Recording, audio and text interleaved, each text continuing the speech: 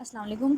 अच्छा, हमने पढ़ लिए थे जनरल जो थे वो सब कुछ कर लिया था कि किस तरह से जो है प्रोलिफरेशन होती है किसी वाइट ब्लड सेल्स की। अब हम पढ़े न्यूप्लाज़म्स। न्यूप्लाज़म्स में मैंने आपको कल बताया था कि इसमें मेनली कौन से आते हैं। इसमें एएमएल आएगा, सीएमएल आएगा और माइलोडिस्प्लास्टिक आएगा।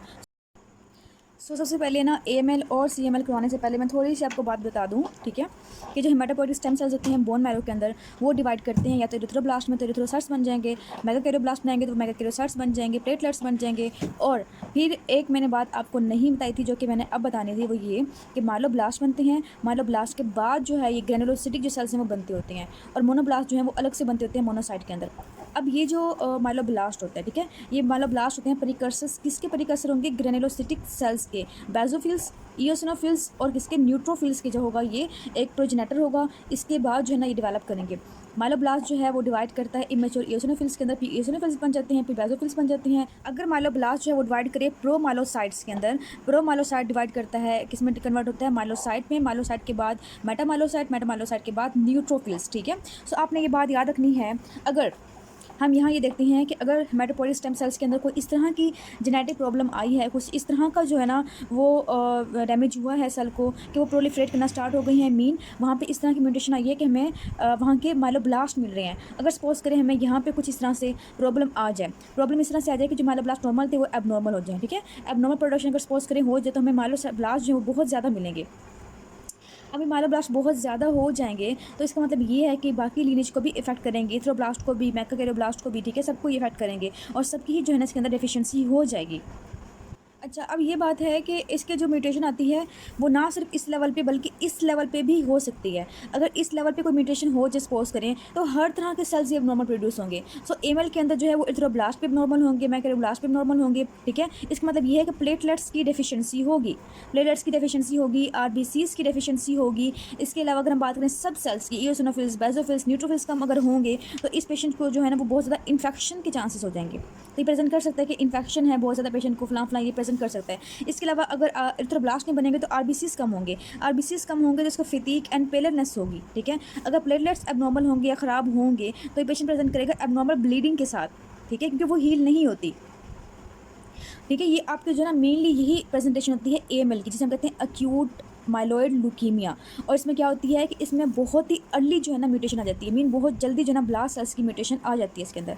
अच्छा, सेकंड इसकी ना सब क्लासिफिकेशन दी हुई है कुछ, उसमें क्लासिफिकेशन में उन्होंने कहा है कि मोनोब्लास्ट का अगर हो जाए, ठीक है, अगर म्यूटेशन इस लेवल पे आ जाए तो ये वाले ज़्यादा इफेक्टेड होंगे, अगर इस लेवल पे आ जाए तो माइलोब्लास्ट ज़्यादा मिलते होते हैं, और अगर इस लेवल पे आ जाए तो हम इसे कहते हैं अक्यूट प्रोमाइलोसिटिक ल्यूकीमिया। क्या कहते हैं हम इसको? Acute promyelocytic leukaemia. इसमें क्या होता है कि इसमें मेनली जो चीज़ बढ़ती होती है वो बढ़ती होती है प्रोमाइलोसाइट्स मिलते हैं हमें ज़्यादा। और इसके अलावा जब प्रोमाइलोसाइट्स मिलेंगे, मतलब इस लेवल पे जो है वो म्यूटेशन आ गई सपोज करें, तो न्यूट्रोफिल्स नहीं बनेंगे, न्यूट्रोफिल्स नहीं बनेंगे तो इसमें बहुत ज़्यादा इन्फेक्शन के चांसेस होते हैं इसके अंदर। अच्छा जी, अब हम जल्दी से पढ़ते हैं कि एक्यूट माइलॉइड ल्यूकीमिया क्या होता है। एएमएल कहते हैं, ठीक है, एम से क्या होता है? माइलॉइड, इसको याद रखना है। अब एक्यूट माइलॉइड जो होता है वो ओल्डर अडल्ट्स में होता है, मतलब ये जो एज में होता है तकरीबन 15 to 40 ईयर्स ऑफ एज में है ना, मेनली ये होता है, ठीक है। तो आपको हिस्ट्री आएगी किसकी? अडल्ट की आएगी। अच्छा, एक और बात कि ये जो है ना एमसीक्यूज़ के लिए बहुत इंपॉर्टेंट है, तो आप इसको अच्छे से रीड कर लें। अच्छा, इसके बाद क्या है कि इसमें जो है ना इमेच्योर, सी बात है, माइलॉइड का ल्यूकीमिया है, इसका मतलब है इमेच्योर जो है क्या सेल्स मिलेंगे? इमेच्योर माइलॉइड सेल्स मिलेंगे हमें इसके अंदर। और माइलॉइड सेल्स कैसे होते हैं? उसे हम कहते हैं माइलोब्लास्ट, ठीक है। माइलोब्लास्ट मिलता होता है, और कितना मिलता होता है माइलोब्लास्ट? वो इतना ज़्यादा हो जाता है कि 20% से भी ज़्यादा हो जाता है। इतना ज़्यादा जो है माइलोब्लास्ट हमें मिल रहे होते हैं इसके अंदर। अच्छा, अब उसके बाद ना कुछ फीचर्स हैं इसके, हम ऐसे समझ लें कि इसके जो है ना मॉर्फोलॉजी हम पहले कर लेते हैं, क्योंकि मॉर्फोलॉजी में 4-5 पॉइंट्स हम पहले कर लेते हैं। मॉर्फोलॉजी में ये है कि मैं कौन कौन से सेल्स के अंदर मिलेंगे। सबसे पहले मिलेंगे माइलोब्लास्ट। अभी जो माइलोब्लास्ट होते हैं इनकी कैरेक्टरिस्टिक फीचर है वो मैं बताती हूँ आपको कुछ देर तक। इसके अलावा ना आपको मिलेंगे ओइरोड्स। ओइरोड्स क्या होते हैं? ओइरोड्स ये होते हैं आपके, जब आपकी लैब होगी तभी आपको बार बार बताएंगे कि ओइरोड्स ये होते हैं कि जो इन ये सेल्स होते हैं इनके अंदर माइलोपेरोक्सीडेज एक एंजाइम होता है। उस माइलोपेरोक्सीडेज एंजाइम की जो एक्युमुलेशन होती है साइटोप्लाज्म के अंदर, ठीक है, उसे हम कहते हैं ओइरोड्स कहते हैं, क्योंकि उसकी जो है ना क्रिस्टलाइन एग्रीगेट्स बन जाते हैं इस तरह से, ठीक है, इस तरह से हमें नज़र आ रहे होते हैं बाकायदा, जिसे हम कहते हैं ओइरोड्स। की बहुत ही कैरेक्टरिस्टिक फीचर है आपका, बहुत ही आराम से जो है ना इससे डायग्नोस हो जाती है कि ये जो है ना माइलोब्लास्ट है। और कौन से माइलोब्लास्ट है? ये एबनॉर्मल माइलोब्लास्ट। अच्छा बच्चों, आपके ना बुक में ना एएमएल को जो है ना डिफरेंट क्लासिफिकेशन की हुई है आपकी पैथोमा के अंदर। आपने जो ये टॉपिक है एएमएल का, ये सारा का सारा पैथोमा से ही रीड करना है। तो बच्चों एक इसकी एमएल की टाइप है एक्यूट प्रोमाइलोसिटिक ल्यूकीमिया। और आपको पता है कि ये कब होता है, जब मैंने आपको बताया था कि प्रोमाइलोसाइट की जगह पे यहाँ पे अगर म्यूटेशन आ जाए इस लेवल पे, तो हम इसे कहते हैं कि प्रोमाइलोसिटिक जो है ना वो ल्यूकीमिया हो गया है। अब इस ल्यूकीमिया के क्या क्या फीचर्स। सो बच्चों इसमें एक बहुत इंपॉर्टेंट म्यूटेशन है, वो ये है कि इसमें क्या होता है कि ट्रांसलोकेशन होती है 15 एंड 17 क्रोमोसोम्स के बीच में। अच्छा, होता ये है कि जो रेटिनोइक एसिड रिसेप्टर होता है किसके ऊपर, क्रोमोसोम नंबर 17 पे होता है। ये फ्यूज़ कर जाता है क्रोमोसोम नंबर 15 के ऊपर, एक होता है जिसे हम कहते हैं PML। ठीक है, PML जो होता है जीन 15 पे वो और ये मिल जाते हैं। मिलने के बाद इनकी फ्यूजन होने के बाद ये एक ऐसी प्रोटीन्स बनाते हैं जो कि प्रोटीन जो है ना वो डिफ्रेंशिएशन नहीं होने देती, क्योंकि RAR जो वो डिस्टर्ब हो जाती है। डिस्टर्ब होने के बाद प्रोमाइलोसाइट को मैच्योर होने के लिए ये चाहिए होता है, लेकिन अब ये नहीं होता। सो इसकी रिसेप्शन होने की वजह से क्या होता है कि मज़ीद जो है ना डिफ्रेंशिएशन रुक जाती है। सो ये जो है ना इसकी म्यूटेशन बहुत इंपॉर्टेंट है और ये आपकी MCQs में भी आती होती है। सही है, तो आपने इसे अच्छे से कर लेना है। एक बात आपने याद रखनी है कि जो ये प्रोमाइलोसाइट्स होते हैं इनके अंदर मेन फीचर जो है ना वो इन्हीं का ही है। किस चीज़ का, ओइडोर्स का। मैंने आपको बताया था कि जो माइलोब्लास्ट होते हैं उनमें माइलोपेरोक्सीडेस एंजाइम होता है। ये जो एंजाइम है इसकी एग्रीगेट बन जाती है कि इसके पास साइटोप्लाज्म के अंदर ये न्यूक्लियस अगर सपोज करें तो इस तरह से जो है ना इसके अंदर बन जाता है ओइडोर्स। अब ये ओइडोर्स जो होते हैं ये कैरेक्टरिस्टिक फीचर है किसका, प्रोमाइलोसाइट का। अगर आपके MCQs में आता है कि ये किसका कैरेक्टरिस्टिक फीचर है तो आपने बताना है कि ये प्रोमाइलोसाइट के अंदर मेनली जो है ना प्रोमिनेंट होते हैं इसके अंदर। ठीक है, ये आपने इसके अंदर नोट कर लेना है।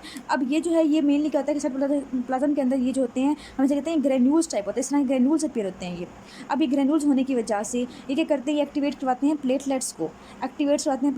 क्यों, क्योंकि क्लोटिंग फैक्टर एक्टिवेट होते हैं। जब क्लोटिंग फैक्टर एक्टिवेट हो जाएंगे, प्लेटलेट्स एक्टिवेट हो जाएगा तो ये करवाएंगे DIC, डिससेमिनेटेड कोआगुलेशन। ठीक है, इंटरवेस्कुलर कोआगुलेशन। इसमें क्या होता है कि मुख्तलिफ जो वेसल्स है मुख्तलिफ जगह पे जो है ना वो क्या होती है कि इंटर कोआगुलेशन बन जाती है। मीन वहाँ पे जो है ना थ्रोम्बोसिस वगैरह होना स्टार्ट हो जाती है, प्लेटलेट्स एग्रीगेट करना स्टार्ट कर देती हैं। सही है, तो ये इसका मेन फीचर है, ये भी बहुत इंपॉर्टेंट है इसके अंदर। अगर हमने इसको ट्रीट करना तो हम कैसे ट्रीट करेंगे, हम विटामिन A के डेरिवेटिव ले लेंगे।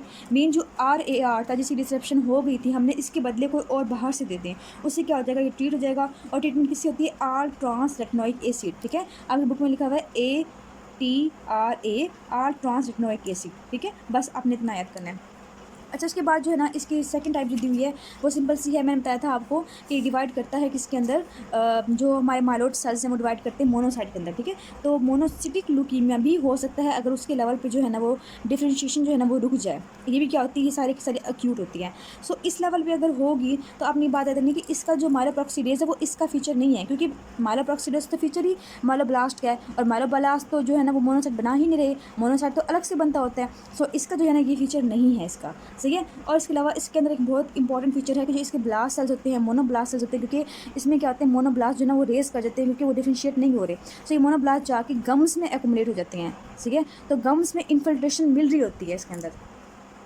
अच्छा, थर्ड जिसकी टाइप दी हुई है इन्होंने वो कहा हुआ है, इन्होंने हमने कहा था कि ये डिवाइड करते हैं किसके अंदर, मेगा कैरियोसाइट्स के अंदर। और उसकी कौन सी है, एक्यूट मेगा कैरियोब्लास्टिक जो है ना ल्यूकीमिया भी हो सकता है। इसमें क्या होगा, जाहिर सी बात है वही मेगा कैरियोब्लास्ट के लेवल पे जो है ना मैचुरेशन रुक जाए तो उसमें क्या हो जाएंगे, प्रोलिफरेशन हो जाएगी मेगा कैरियोब्लास्ट की। और ये भी इसके अंदर भी MPO नहीं है। मैं पहले बता चुकी हूँ कि MPO जो है वो कैरेक्टरिस्टिक किसका है, माइलोब्लास्ट का है। सो वो इसका कैरेक्टरिस्टिक फीचर नहीं होगा। जैसे मैंने आपको यहाँ बताया था कि ये AML है, इसके अंदर माइलोप्रोलिफरेटिव के अंदर CML है और माइलोडिस्प्लास्टिक है। अच्छा, माइलोप्लास्टिक सिंड्रोम जो है मैंने बताया था कि रेडिएशन होगा, कोई ड्रग्स वगैरह होंगे, अगर बोन मैरो पे एक्टर जाएँ उसकी वजह से क्या होगा कि वहाँ पे जो है ना डिस्प्लेजिया हो जाएगा और डिस्प्लेजिया होने की वजह से जो है ना वहाँ पर म्यूटेशन आ जाएगी। म्यूटेशन की वजह से एबनॉर्मल सेल्स बनेंगे।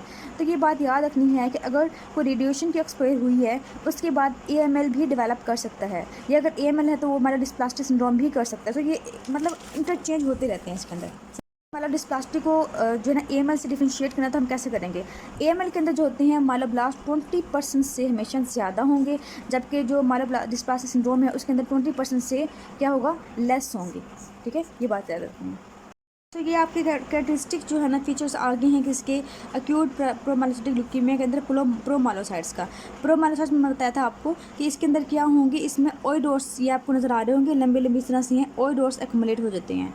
ठीक है, और इसके अंदर जो है ना एजोफिलिक ग्रैन्यूल्स भी होते हैं जो कि DIC करवाएंगे। ठीक है, तो दोनों इसके फीचर्स कैरेक्टरिस्टिक हैं।